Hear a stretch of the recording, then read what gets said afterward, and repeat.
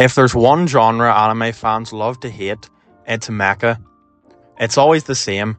Giant, colourful robots firing lasers, swinging oversized swords, and screaming the name of every attack before pressing the eject button when things go wrong. Most of us would rather watch actual hand-to-hand fights with strategy, emotion, and real stakes than two giant tin cans punching each other.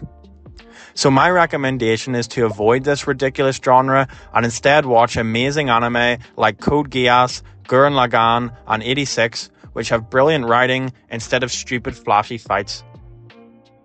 Wait, hold on a minute. All three of those anime are mecha? This can't be right. Why on earth do I, and many other anime fans, like these anime, even though we say we hate mecha? This common misconception has far more depth to it than you would think. First of all, it is important to establish why I, and many others in the community, feel as if we dislike the genre. There are many reasons for this, but I think a big reason is actually due to our childhood influences.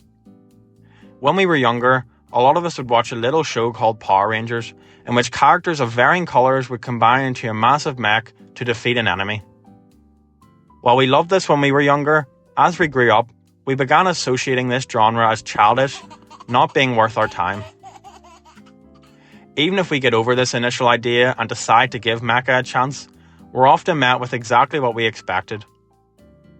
Between watching Naruto push himself to the limit to stand up against his opponent, and mecha anime where the main character sits in an air-conditioned cockpit, it is obvious which you would choose.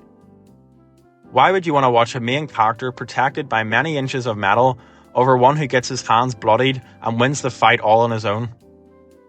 Personally, I mostly agree with this sentiment. Like many others, even after enjoying incredible mecha anime like 86, I still found myself saying that I didn't really like mecha. So I decided to watch what I thought would be a more traditional mecha series, Gridman. This of course caught my attention due to its great animation and fight scenes, and not because of any other reason. For me personally, when watching it, while not bad, the anime didn't really capture my attention in any way. A one-note, righteous protagonist who fights for the greater good using the towering mech Gridman. The battles consisted of giant kaiju, laser beams, and oversized swords. Unfortunately, this is how a lot of us view the mecha genre. Cool, well-animated fights, but little depth or engaging story elements. So why do anime like Neon Genesis Evangelion, or particularly Gurren Lagann, which introduces a lot of what I described above, not feel the same? The answer is simple. A good anime, whether a mecha, an isekai, or a harem anime, is made up of its writing. How do you write a good mecha, you might ask? Of course, it's including hype moments and aura, like in Gurren Lagann, some might say. Others might say you need an intelligent main character who isn't always morally correct, like in Code Geass. In my opinion, however, I think this question itself is flawed.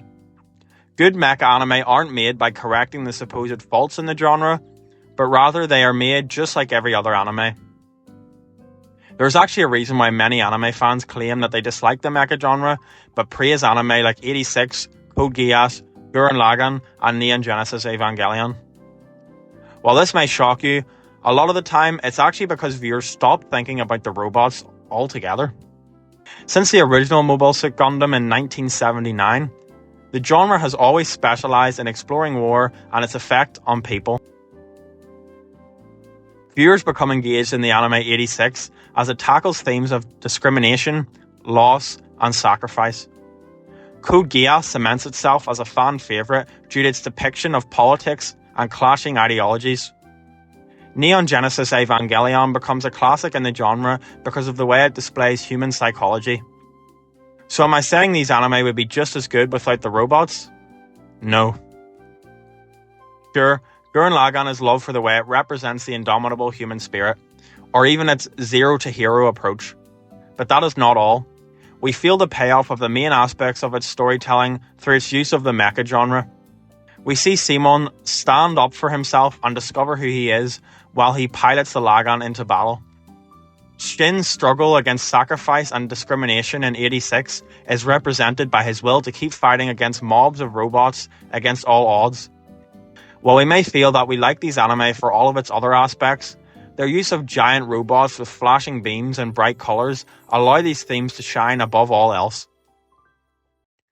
The robots don't distract from these stories, or even prevent them from becoming better, but rather that they are the reason that these stories can be told in the first place. Why do we all come to the conclusion then that these anime are only good if we ignore the mecha aspect? This is not because mecha anime lack depth. It was that many of us never looked past the robots long enough to see it. Take the anime Attack on Titan, largely regarded as one of the best anime of all time. But did you know there's debate within the community as to whether or not it is a mecha anime? Whether or not you actually think it is one, do you think it would have reached the same level of popularity that it does now if you replaced the Titans with robots? It would have the same story, the same politics, character arcs, the same mystery, and the same plot twists. The only difference would be that it would be a mecha anime. Realistically, it probably wouldn't. This demonstrates the current problem for mecha anime in the industry. With many having their own misconceptions on the genre, it feels as if it is nowhere near as popular as it once was. In the early days of anime, the mecha genre ran the industry. The Gundam franchise established itself in the 80s thanks to its realistic portrayal of war and the politics surrounding it. Today, however, many anime fans dismiss the genre before giving it a chance. So does this mean the genre is dead? Not really. While the genre has declined in popularity in the West, it remains incredibly popular in Japan, where Gundam continues to be one of anime's biggest franchises. Is there any market for the franchise in the West? Well, this entirely depends on how much the fans are willing to look past the robots and view these anime on a deeper level. Recent series like 86 and Mobile Suit Gundam: The Witch from Mercury prove that it still can.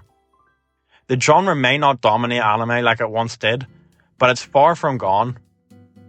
Overall then, is the genre dead? No, but it certainly isn't thriving.